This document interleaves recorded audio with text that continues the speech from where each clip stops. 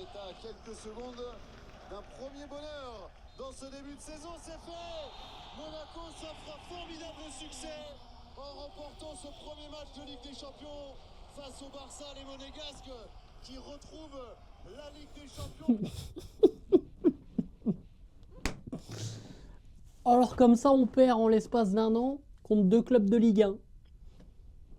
Ah bah comme ça, la Ligue 1 est meilleure que la Liga, du coup, c'est... Allez, bref.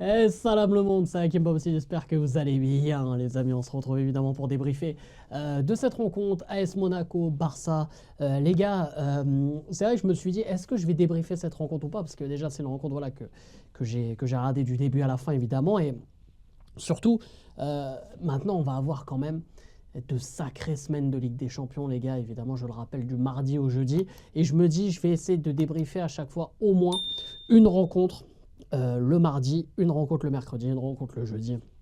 Évidemment, il y aura toujours le Paris Saint-Germain en priorité avec une vidéo réaction avec le Padré.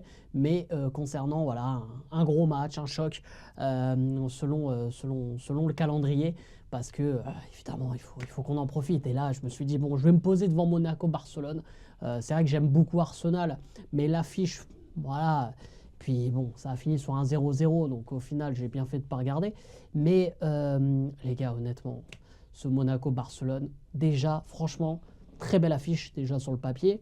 Et ça a été un très beau match. Ça a été un match super agréable, les gars, notamment cette première mi-temps. Franchement, top. On a vu des Monégasques super entreprenants. Franchement, on n'a pas senti voilà, une supériorité du côté du Barça. Et surtout, les gars, avec le début de saison que fait le Barça et qu'on met en avant, évidemment qu'on s'est dit, ouais, ça va pas être le Barça de la pré-saison où Monaco avait gagné 3-0. On le savait, avec ce fameux trophée John Gamper, je sais pas quoi là. Les mecs, au final, bon, ça a été difficile pour le Barça. Et en fait, je crois que les gens, ils n'ont pas analysé le début de saison de Monaco. Les gars, vous voulez qu'on parle du début de saison de Monaco en Ligue 1? Parce qu'il y en a beaucoup qui parlaient du Barça. Et évidemment, je ne renie pas le début de saison incroyable du Barça, surtout quand tu as vu tout ce qui s'est passé en fin de saison dernière. Et puis, entre les deux saisons, est-ce que Xavi y reste, il part, au final, Hansi Flick arrive. En si peu de temps, il arrive quand même à te proposer de belles choses. Monaco, les gars, en 4 matchs, c'est 3 victoires, 1 nul. Tu vas gagner notamment deux matchs à l'extérieur à Lyon et à Auxerre, bon ok, voilà, avec des scores comme 2-0, 3-0. Le seul petit faux pas, c'est à domicile contre Lens, mais voilà, Lens qui reste quand même une des belles équipes de Ligue 1. Monaco fait un très bon début de saison aussi. Donc pour moi, ce résultat, il n'est pas si surprenant. Ce qui est surprenant, c'est que le Barça a été muselé en fait. Parce que quand tu regardes les matchs du Barça en Liga, là, depuis le début de la saison, c'est un Barça, voilà, évidemment, ça joue beaucoup, il y a beaucoup de buts, c'est exceptionnel, voilà, il n'y a rien à dire. Mais là, la question qu'on doit se poser, et surtout la réponse qu'on a trouvée à cette question, c'est comment et pourquoi Monaco a réussi à déjouer le Barça? Alors, je vous vois déjà d'avance, les Barcelonais, vous allez me dire, c'est parce que le Barça était à 10. Déjà, je t'invite à dégager de la vidéo, même mets un dislike, il n'y a pas de souci, dégage de la vidéo et va, voilà, comme punition, va regarder une compile de Dembélé. Non, mais parce qu'à un moment donné, moi ça me fatigue. Frérot, si ton équipe est arrivée à 10, c'est qu'il y a eu une difficulté, c'est qu'ils ont été bougés à un moment donné. Comment il arrive ce carton rouge d'Eric Garcia? Eric Garcia qui est une pipe hein, au passage, évidemment, s'il a été dégagé de City, c'est pas pour rien. Comment il arrive ce carton rouge? Parce qu'il y a un pressing qui est rudement bien mené de la part de Monaco et on l'a vu lors de toute la première mi-temps. Ce carton rouge, il n'est pas anodin. Le Barça, évidemment très facile et qui essaye de relancer au plus bas et tout. En Liga, moi je ne les ai pas trouvés tellement bousculés en début de saison. Après le peu de... Voilà, j'avoue que j'ai pas regardé tous les matchs du Barça 90 minutes, mais le peu de matchs que j'ai vus, ils ont joué contre des équipes qui les attendaient très bas. Alors, je dis pas que c'est plus facile, hein, mais c'est un autre registre. Là, Monaco, ils sont allés les chercher. Lamine Yamal, il était bloqué par 2 joueurs. Tu vois, tu avais le latéral et tu avais Ben Seguir qui était là aussi pour aider. C'est pour moi, franchement, il y a eu un plan anti-Yamal qui a été super bien géré. Et ce fameux collectif, donc avec le pressing, voilà, avec les joueurs qui étaient chacun dans leur zone et qui avaient leurs joueurs quoi, à prendre. Franchement, c'était super bien géré. Et ce carton rouge, il arrive logiquement. Après, avant ça, évidemment, il faut qu'on parle de quelques individualités. On va en parler du côté de Monaco, mais Akliouche. Voilà, Akliouche, les gars. Tout le match, hein. Mais ce but. Alors, on peut parler peut-être de Ter Stegen. Peut-être Ter Stegen, hein. Peut-être il est un peu masqué. Peut-être. On peut revenir là-dessus. Mais les gars, ce but d'Akliouche, quelle pépite! Mais quelle pépite! Oh là là là là! Non mais ça pue le football! Ça pue le football! Et à ce moment-là, on se dit, mais Monaco est en train vraiment de gérer le match. Parce que le Barça n'est pas si dangereux que ça. Lamine Yamal est bien muselé. Mais Lamine Yamal, c'est trop au-dessus. Donc tu sais qu'à tout moment, ce type de joueur peut te retourner un match. Et il y a eu une petite faute, quand même. Parce qu'il y a un joueur qui est pour moi fautif sur l'action, c'est Van der Sen, je crois, qui délivre la passe D pour Akliouche lors du premier but de Monaco. Mais il est aussi responsable de ce but, parce que Lamine Yamal, bon, il l'a joué vraiment comme un noyens, mais tu sais, avec le petit coup, tu sais, pour le petit coup d'épaule dans le dos, mais qui est très léger, tu peux pas siffler faute. Derrière Lamine Yamal, voilà, quand il a cet espace-là, il est très dangereux, tu vois. Et il a cet espace-là, est-ce qu'il va ouvrir le pied, est-ce qu'il va croiser? Voilà, bon, il a croisé. Voilà, c'est un peu le même but qu'Akliouche, j'ai envie de dire. Même si je trouve que Lamine Yamal est encore mieux lancé. Après, même on peut revenir sur le but d'Akliouche. La défense du Barça, c'est catastrophique, hein. Ils sont 3 dans la surface, ils ne l'attaquent pas, le mec, hein.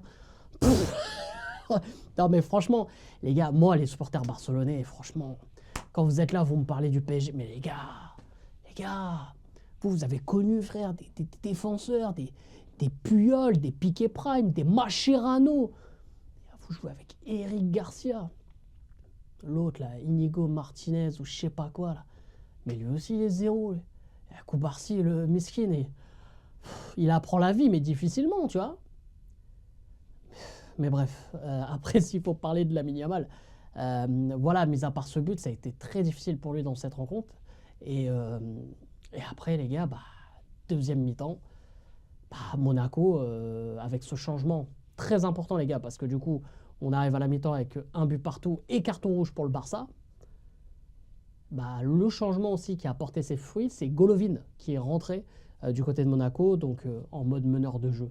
Et c'était un signe dans le sens où Monaco voulait un peu plus le ballon et pouvoir réaliser un peu plus d'attaques placées, et avec évidemment Golovin qui peut casser des lignes avec ces fameuses passes.